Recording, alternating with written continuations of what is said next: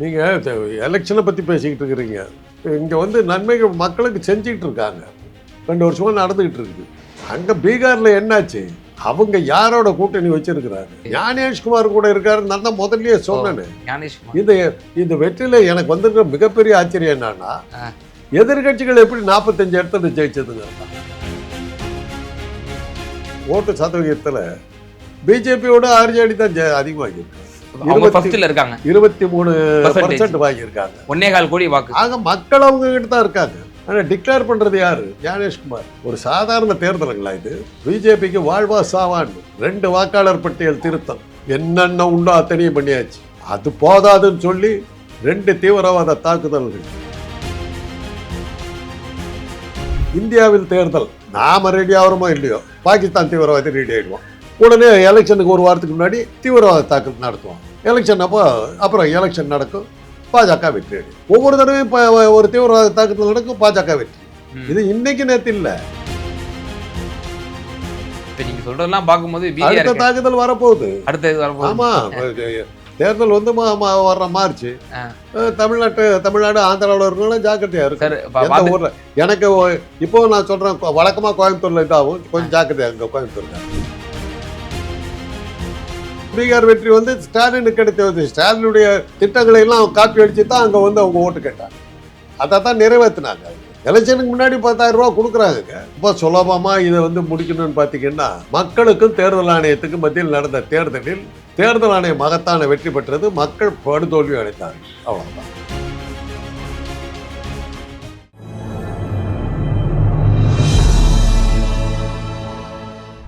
Tamil news நேயர்களுக்கு அன்பு வணக்கம். இன்றைய சிறப்பு நேர்காணலில் நம்மோடு இணைந்திருக்கும் சிறப்பு விருந்தினர் மருத்துவர் மற்றும் அரசியல் விமர்சகர் டாக்டர் காந்தராஜ் சார். சார் வணக்கம் சார். பீகாரினுடைய தேர்தல் முடிவுகள் அன்எக்ஸ்பெக்டட் விக்ட்ரி, மிகப்பெரிய விக்ட்ரி. எக்ஸிட் போலோட பயங்கரமான விக்ட்ரி. 200 சீட்ஸை கிராஸ் பண்ணிட்டாங்க பிஜேபி அலையன்ஸ். இதுக்கு கூறப்படக்கூடிய காரணம் வந்து மகளிரினுடைய ஸ்கீம்ஸ் வந்து அவங்க கொடுத்தாங்க, 10,000 ரூபாய் கொடுத்தாங்க. அதனால வந்து பெரிய ஒர்க் அவுட் ஆயிருக்கு அப்படின்னு சொல்றாங்க. இப்போ நம்ம தமிழ்நாட்டை எடுத்துப்போம். மாண்புமிகு முதலமைச்சர் ஆட்சிக்கு வந்த பிறகு மாதந்தோறும் 1000 ரூபாய் மகளிருக்கு வந்து வழங்கப்படுகிறது. இலவச பேருந்து, இது இந்தியாவிலே முதல் முறையாக நம்ம தமிழ்நாட்டில் தான் அறிமுகப்படுத்தினது. இது மாதிரி மகளிரை மையப்படுத்திய பல ஸ்கீம்ஸ் வந்து நம்முடைய மாண்புமிகு முதலமைச்சர் கொடுத்துருக்காங்க. ஸோ திமுக அதே போலவே இங்கேயும் வந்து 200, ஏன்னா ஏற்கனவே முதலமைச்சர் சொல்லிட்டு இருக்காரு, வெல்வோம் 200 படைப்போம் வரலாறுன்ட்டு. அது சாத்தியமா? நீங்கள் எலெக்ஷனை பற்றி பேசிக்கிட்டு இருக்கிறீங்க. இங்கே வந்து நன்மைகள் மக்களுக்கு செஞ்சுக்கிட்டு இருக்காங்க. 2 வருஷமாக நடந்துக்கிட்டு இருக்குது. அங்கே பீகாரில் என்னாச்சு? அவங்க யாரோட கூட்டணி வச்சிருக்கிறாங்க? பிஜேபி வந்து ஜேடியு. அதெல்லாம் அரசியல் கட்சி கொடுங்க. ஞானேஷ்குமார் கூட இருக்காரு. நான் தான் முதல்லயே சொன்னேன். இந்த வெற்றில எனக்கு வந்திருக்கிற மிகப்பெரிய ஆச்சரியம் என்னன்னா, எதிர்கட்சிகள் எப்படி 45 இடத்துல ஜெயிச்சதுங்கிறதா. 40 வந்திருக்காங்க. அதில் என்ன வேடிக்கைன்னா, ஓட்டு சதவீதம் நான் வழக்கமாக தான் நான் பார்க்கறது கிடையாது. ஓட்டு சதவீதத்தில் பிஜேபியோட ஆர்ஜேடி தான் அதிகமாக இருக்காங்க. 23% வாங்கியிருக்காங்க. 1.25 கோடி வாக்கு. ஆக மக்கள் அவங்க கிட்ட தான் இருக்காங்க. ஆனால் டிக்ளேர் பண்ணுறது யாரு? ஞானேஷ்குமார். அப்புறம் ஒரு சாதாரண தேர்தலுங்களா இது? பிஜேபிக்கு வாழ்வா சாவான்னு 2 வாக்காளர் பட்டியல் திருத்தம் என்னென்ன உண்டோ அத்தனையும் பண்ணியாச்சு. அது போதாதுன்னு சொல்லி 2 தீவிரவாத தாக்குதல்கள். எது சார்? பகல்காம் சொல்றீங்களா? ஆமா, பகல்காம். ஆபரேஷன் சிந்து. அது 6 மாசம் முன்னாடி நடந்துச்சு. அது முதல்ல ஒரு அட்வான்ஸா ஒன்று போட்டாச்சு. எலெக்ஷன் அன்னைக்கு எதுக்கும் ஏமாந்துடக்கூடாதுங்கிறது டெல்லியில் ஒரு சார். அதெல்லாம் வந்து நாட்டுக்கு அச்சுறுத்தலாக இருக்கக்கூடிய பயங்கரவாதிகள் செய்யக்கூடிய செயல். அதே சார் நீங்க தேர்தலோட ஒப்பிடுறீங்க. அதைத்தான் வந்து பொன்ராஜ்னு அப்துல் கலாமுடைய ஆலோசகராக அவர் கேட்டார். இந்தியாவில் தேர்தல் நாம ரெடி ஆகிறோமோ இல்லையோ, பாகிஸ்தான் தீவிரவாதி ரெடி ஆகிடுவோம். உடனே எலெக்ஷனுக்கு 1 வாரத்துக்கு முன்னாடி தீவிரவாத தாக்குதல் நடத்துவோம். எலெக்ஷன் அப்போ அப்புறம் எலெக்ஷன் நடக்கும், பாஜக வெற்றி அடையும். இல்லை, ஒருவேளை அந்த தீவிரவாதிகள் நினைக்கலாம்ல, இப்போ இந்தியாவில் வந்து அமைதியான முறையில் தேர்தல் நடக்கக்கூடாது, இங்கே ஏதாவது அமைதிக்கு ஒரு குந்தகம் விளைவிக்கணுங்கிறதுக்காகவே பாகிஸ்தான் அந்நிய நாடு வந்து திட்டமிட்டு பண்ணலாம்ல. இதை நீங்கள் சொல்லுவீங்கிறதுக்கு தான் அவன் வந்து பாஜகவுக்கு ஹெல்ப் பண்ணுறான். ஒவ்வொரு தடவையும் ஒரு தீவிரவாத தாக்குதல் நடக்கும், பாஜக வெற்றி. இது இன்னைக்கு நேத்து இல்ல, ஜெயலலிதா காலத்தில் நடந்ததுங்க. கோயம்புத்தூர் நாடாளுமன்ற தேர்தல் தமிழ்நாட்டில் அத்வானியோட கூட்டணி வச்சுக்கிறது இந்த அம்மா. அத்வானியும் ஜெயலலிதாவும் கூட்டணியை அறிமுகப்படுத்தி பேச போறாங்க அன்னைக்கு சாயந்தரம் கோயம்புத்தூர்ல. காலையில கோயம்புத்தூர்ல 13 இடங்கள்ல குண்டு வெடிப்பு, 30 பேர் 40 பேர் 58 பேர் மரணம். வெற்றி ஜெயலலிதா அத்வானி கூட்டணி அன்னைக்கே வந்துருச்சுங்க. அது அன்னைக்கே வந்துருச்சு. சார், அப்ப நீங்க இந்த சார்ஜை நீங்க வச்சீங்க அப்படின்னா நான் திருப்பி எதிர்கேள்வி கேட்கிறேன். 1991 ராஜீவ் படுகொலை அப்ப திட்டமிட்ட படுகொலையா? ஆமா, தேர்தல் வெற்றிக்காகவே நடத்தப்பட்ட படுகொலையா? ஐயோ, அதுவே உங்களுக்கு தெரியாதா? 2 ஃபேஸா நடக்குதுங்க. அப்போ எலெக்ஷன், நாடாளுமன்ற தேர்தல் 2 ஃபேஸா நடக்குது. கேளுங்க, பொறுமையா கேளுங்க. முதல் ஃபேஸ் முடிஞ்சிருச்சு. உளவுத்துறை ரிப்போர்ட்டு காங்கிரஸ் படுதோல்வி. என்னடா வழி? எந்த வழியும் நடக்காது, ஒரே ஒரு வழி தான் இருக்கு.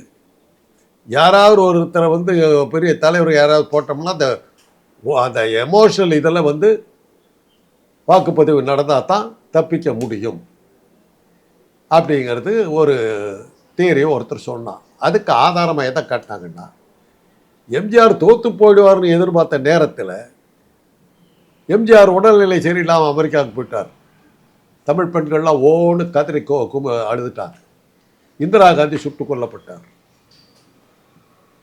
திமுக காலி, எம்ஜிஆர் வெற்றி, 3வது முறை வெற்றி அவருக்கு அப்படித்தான் வந்தது. அந்த அனுபவத்தை வச்சுக்கிட்டு தான் ராஜீவ்காந்தி வந்தபோது முதல் ஃபேஸில் காங்கிரஸ் தோத்து போயிடுங்கிற ஒரு சூழ்நிலை வந்தபோது இதுக்கு ஒரே வழி எமோஷனல் இதாக ஈவெண்ட் ஏதாவது நடத்தினா தான் முடியும்னு போது 2 ஸ்டேட் தான் அப்போ கணக்கில் வச்சாங்க. வேறு எங்கேயுமே எமோஷனல் இது எடுபடாது. ஆந்திரா, தமிழ்நாடு, இந்த இடத்தில் யாராவது ஒரு பெரிய தலைவர் முடிச்சு கட்டினாக்கா ரிசல்ட்டை மாற்றலாங்கிற தேர்தல் வெற்றிக்காக தன்னுடைய தன்னிகரெல்லாம் தலைவரை காவு வாங்குவாங்களா சார்? அது இப்படிலாம் கேட்கணுமே. நீங்க அப்படி கேட்டால் தானே அதுக்கு மரியாதை. என்ன சார், ராஜீவ்காந்தி இறந்த போது அந்த ராஜீவ்காந்தியை கொலை பண்ணதா சொன்ன அதுக்கு வெடிகுண்டா இது பண்ண அந்த தனுங்கிற பொண்ணும் சிவராஜனையும் யார் அங்கே கூட்டிகிட்டு வந்தாங்கன்னு தெரியுமா? லதா பிரியகுமாருங்கிறவங்க கூட்டிகிட்டு இருந்தாங்க. அந்த லதா பிரியகுமார் யார் தெரியுமா? ராஜீவ்காந்தி மந்திரி சபையில் அமைச்சராக இருக்கிற மரகதம் சந்திரசேகரனுடைய மகள். அவங்க தான் அவங்க அந்த மனித வெடிகுண்டை கூட்டிகிட்டு வந்தவங்க. அவங்க மரகதம் சந்திரசேகர் தான் அந்த ஸ்ரீபெரும்புத்தூர்ல பிரச்சாரத்துக்கு போனார் ராஜீவ்காந்தி. அவங்க வீட்டில் இருந்து தான் அவங்க வர்றாங்க, சிவராஜன் எல்லாம் வந்தாங்க. ஓஹோ. ராஜீவ்காந்தி கொலையில் கடைசி வரையில் அவர்கள் விசாரிக்கப்படவே இல்லை. ஓ, மரகத சந்திரசேகரும் விசாரிக்கப்படல, அவங்க மகளும் விசாரிக்கல. ஓ, ஒரு கொலைன்னு ஒன்று நடந்ததுன்னா அதுக்கு மோட்டிவ் என்ன இருக்குன்னாக்கா யாருக்கு அதில் லாபம் கிடைக்கிறதுங்கிறவங்க தான் முதல்ல நீங்கள் சந்தேகப்படணும். இப்போ நான் உங்களை கொலை பண்ணுறேன், எதுக்காக கொலை பண்ணுறேன்? எனக்கு அதில் நீங்கள் இது பண்ணுறீங்க, உங்களால் எனக்கு லாபம் இருக்குதுன்றவங்க தானே ஒருத்தர் கொலை பண்ண முடியும். நீங்கள் சாவறதுல லாபம் இருக்குன்னு தானே கொலை பண்ண முடியும். இதில் தேர்தலையே போட்டியிடாத நரசிம்மராவ் பிரதம மந்திரி ஆகிறார். அவர் அந்த பின்னணியில் இருந்தாரான்னு நரசிம்மராவ் விசாரிக்கவே இல்லை. அடுத்த பெனிஃபிஷியரி லாபம் கிடைச்சது ஜெயலலிதா. அந்த அம்மா அன்னைக்கு அந்த கூட்டத்துக்கு வரவே இல்லை. எப்படியா வரல? கிருஷ்ணகிரியில் இருக்காங்க, 50வது மைலில் பூந்தமல்லி. ஓகே, அந்த அம்மா வரவே இல்லை.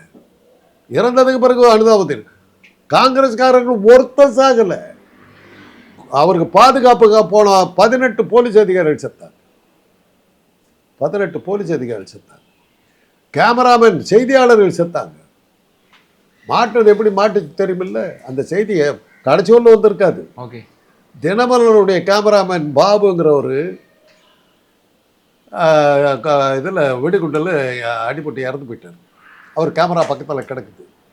ராமச்சந்திரன் ஒருத்தர் எனக்கு தெரிஞ்சவர், அவர் இன்னொரு பத்திரிக்கையுடைய ரிப்போர்ட்டர். அவர் தான் தினமலர், பாபு ஏதோ ஒரு பத்திரிக்கை. இவர் அந்த போலீஸ் ஸ்டேஷனுக்கு ஓடி போய் இந்த மாதிரி இந்த பாம் பிளாஸ்ட் ஆகிடுச்சு, பாபு அங்கே செத்து கிடக்கு, அந்த கேமரா அங்கே கிடக்குது, என்ன பண்ணுறதுன்னு கேட்குறாரு அந்த போலீஸ் ஸ்டேஷனில். போலீஸுக்கு உடனே அடப்பாவி இது ஒன்று கிடையாது, வேகமாக ஓடி போய் அந்த கேமரா எடுத்துட்டாங்க. ஓகே ஓகே, அந்த விஷயம் முரசொலிக்கு தெரிஞ்சிடுச்சு. முரசொலி மறுநாள் போட்டாங்க அந்த செய்தியை. வேற வழி இல்லாம தான் சிவராஜன் அவளை இல்லாட்டி மேட்ரு யாரு வெடிகுண்டா இருந்தாங்கன்னு கூட தெரிஞ்சிருக்காரு. ஓகே, அந்த அளவுக்கு நடந்தது சார். இது இருங்க, முடிவுக்கு வர்றேன். இதுக்கப்புறம் செகண்ட் ஃபேஸ் எலெக்ஷன் நடக்குது தமிழ்நாட்டில். ஒரே ஃபேஸ் ராஜீவ்காந்தி இறந்ததுக்கு பிறகுதான் எலெக்ஷன். ரெண்டாவது ஆந்திராவில் ஃபர்ஸ்ட் ஃபேஸ் முடிஞ்சிருச்சு, செகண்ட் ஃபேஸ் நடக்குது. ஃபர்ஸ்ட் ஃபேஸில் என்ன ரிசல்ட் தெரியுமா? ராஜீவ்காந்தி இறக்கிறதுக்கு முன்னாடி 14 நாடாளுமன்ற தொகுதிகளில் 13 இடங்களில் தெலுங்கு தேசம் வெற்றி, ஒரு இடத்தில் மட்டுமே காங்கிரஸ். ஓகே. ரெண்டாவது ராஜீவ்காந்தி மரணம், அத்தனை தொகுதிகளிலும் ஸ்வீப். கலைஞர் வெற்றி அடைவார், திமுக வெற்றி அடையும். ராஜீவ்காந்தி இறந்து ஒரு அந்த செய்தி இன்னும் பேப்பர்ல பெருசா வரல. ஓகே. திமுகவோட பிரமுகர்கள் வீடுகள் எல்லாம் நெருப்பு வச்சு எரிச்சு எல்லாம் 15-20 இடங்கள்ல நெருப்பு வச்சு கொடுத்துட்டார். துறைமுகத்தில் அவர் ஒருத்தர் மாத்திரம் தான் ஜெயிச்சு கணக்கா. ஆக இதெல்லாம் முதல்ல இதெல்லாம் நம்ம பண்ணியாச்சு. அதே தான் நடந்தது கோயம்புத்தூர். அடுத்த நாள் ஜெயலலிதா இருந்த போது அப்போ கொஞ்சம் பெனிஃபிஷரி ஜெயலலிதா. ஓகே. இப்போ அந்த கோயம்புத்தூர் இதுல வந்து வெடிகுண்ட டைம்ல அத்வானி அந்த மாதிரி பேசணும். இந்த மாதிரி கரூர்லயும் அங்க பக்கத்துல இருக்குது. இவர் அத்வானி கோயம்புத்தூர் பக்கத்துல இருக்காரு. 2 பேரும் மீட்டிங்கே வரல, வெடிகுண்டு நடக்குது. இப்போ எனக்கு என்னன்னா சார், அப்போ இந்த மாதிரியான அசம்பாவிதங்கள், அதே போல டெரரிஸ்ட் அட்டாக்ஸ், இதெல்லாம் அரசியல் பின்னணி கொண்டவை என்ற ஒரு கருத்தை வந்து நீங்க ஆணித்தரமா இப்ப நீங்க முன் வைக்கிறீங்க. இப்போ அதன் மூலியமா தான் வெற்றிகள்லாம் வந்து பெற்று இருக்கு பாஜக அப்படிங்கிற ஒரு பகிரங்கமான ஒரு குற்றச்சாட்டு நம்ம ஊடக வாயிலாக நீங்க வந்து முன்வைக்கிறீங்க. இப்போ பெண்கள் மகளிரினுடைய வாக்கு நீங்க என்கிட்ட கடந்த முறை நான் பேட்டியில வந்து என்கிட்ட கோடிட்டு சொன்னீங்க, இது என் மேல பெண்கள் வந்து பழித்து பேசினாலும் சரி, நான் திட்டினாலும் சரி, நான் உண்மையை சொல்றேன் ஃபேக்டை, பெண்கள் வந்து இலவசத்துக்கு மயங்கிடுவாங்க அப்படின்ற விஷயத்த சொன்னீங்க.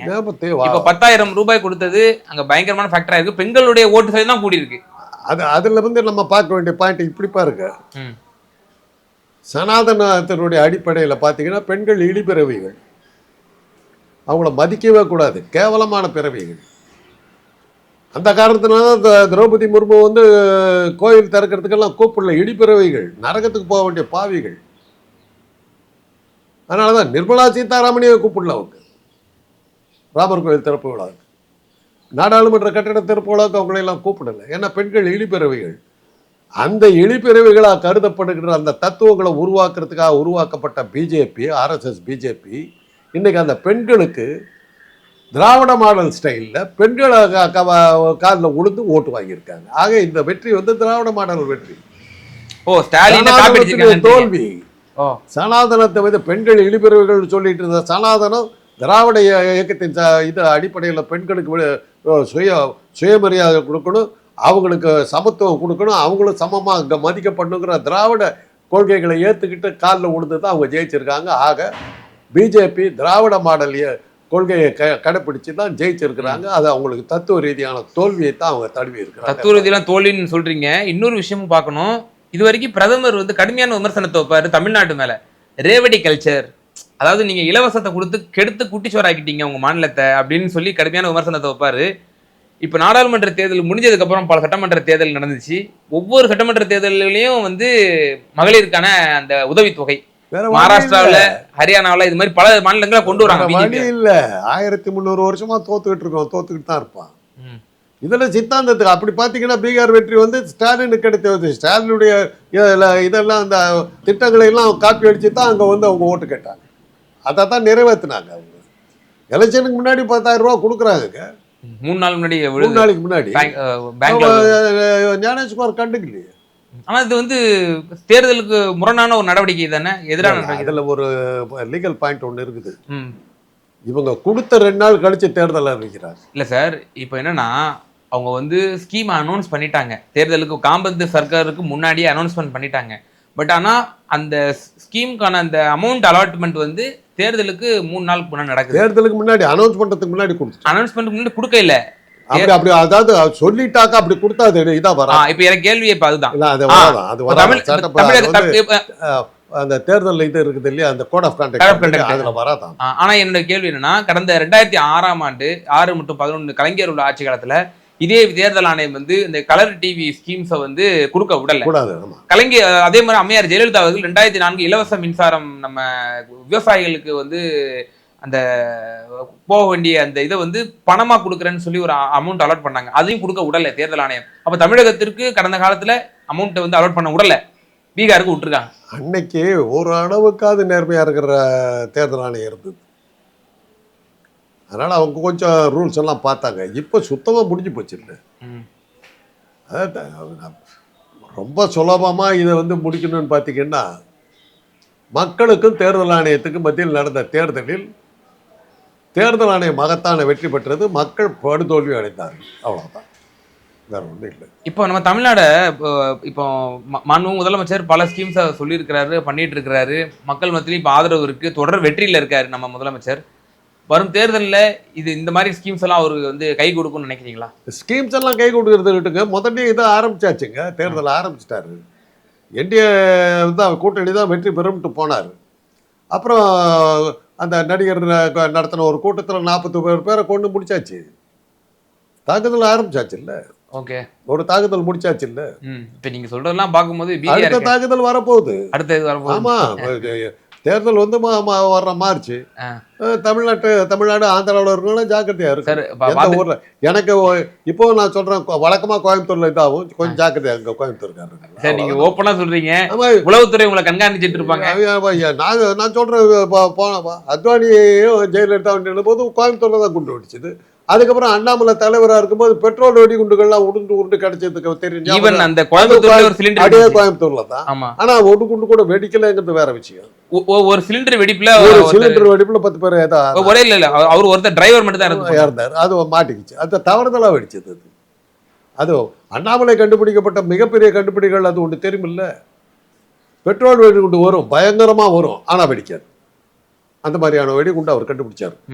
சவுக்கு ஒன்று பண்ணுவார், அடிச்சா வலிக்காது, பஞ்சிலேயே செஞ்சார். இது மாதிரி பல அரிய கண்டுபிடிப்புகள் கண்டுபிடிச்ச ஒரு அண்ணாமலை. சரி, அதெல்லாம் அதனால தான் இப்போ நான் சொல்றேன், நான் முதல்ல இருந்தே சொல்லிட்டு இருக்கேன், தேர்தல் நெருங்க இதெல்லாம் வரும்.